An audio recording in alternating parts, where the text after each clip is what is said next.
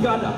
Karon sugat unta ang atong mga graduaton. Kapin 5 kagatos ka mga eskolar ng bayan ang malampusong mipaso sa ilang undergraduate o graduate programs alang sa school year 2025 to 2026.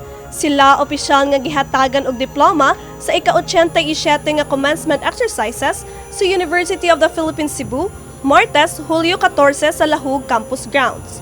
Ang multi-awarded Filipino broadcast journalist, host o writer sa documentary program nga Eyewitness, Cara Patria David Cancio, mas nailhan isip Cara David ang nagsilbing commencement speaker karong tuiga. Dili lamang ang pagdawat sa diploma ang sentro sa selebrasyon karong adlaw. Alang sa commencement speaker na si Cara Patria David Cancio, ang tinuod na sukdanan sa kalampusan, dili lamang makita sa mga medalya o akademikong dungog, kundili sa pamaagi sa paggamit sa kahibalo aron makaalagad sa uban. Maswerte kayo kasi nabiyayaan kayo ng magandang edukasyon. Pero sana hindi ninyo makalimutan na maraming mga Pilipino ang hindi kasing swerte ninyo. Maraming Pilipino ang hindi nabibiyayaan ng edukasyon, marami ang kailangan pang magtrabaho para lang mag-aral, marami ang napagkakaitan ng karapatan.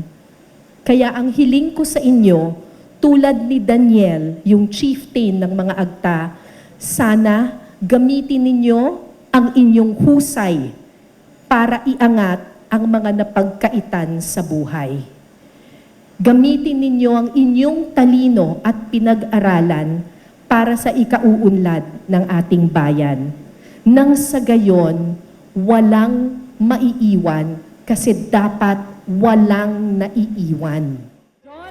Gipalanong ni David nga ang edukasyon dili lamang usa ka personal nga kalampusan kundi usa-usab ka oportunidad sa pagtabang sa mga kababayen-an, kabatan-unan, mag-uuma ug uban pang nanginahanglang sektor sa katilingban. Perhaps the greatest lesson about wealth is this. It is not measured by how much we keep, but how much we are willing to share. In the same way na ang tunay na sukatan ng husay at katalinuhan ay hindi sa taas ng inyong grado o dami ng inyong napag-aralan. Nasusukat ito sa kung paano ninyo gagamitin ang inyong kaalaman para iangat ang karamihan. Dugang ni David, swerte ang mga graduates nga nakabaton og kalidad nga edukasyon, apan kauban niini ang responsibilidad sa paghatag balik sa komunidad ug sa paggamit sa ilang kahibalo aron mapauswag ang kinabuhi sa uban. Sa kinatibuk ang 563 ka graduates ang mipasok karong tuiga nga gilangkuban sa 469 ka undergraduate ug 94 ka graduate program completers.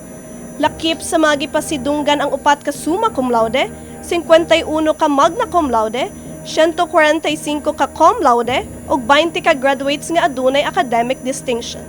Athena Ela Gipanago Antipuesto, summa cum laude, class valedictorian. Naila usab isip class valedictorian karong tuiga si Athena Ela Gipanago Antipuesto, summa cum laude sa Bachelor of Arts in Political Science. You do not have to be a valedictorian or summa cum laude to be excellent.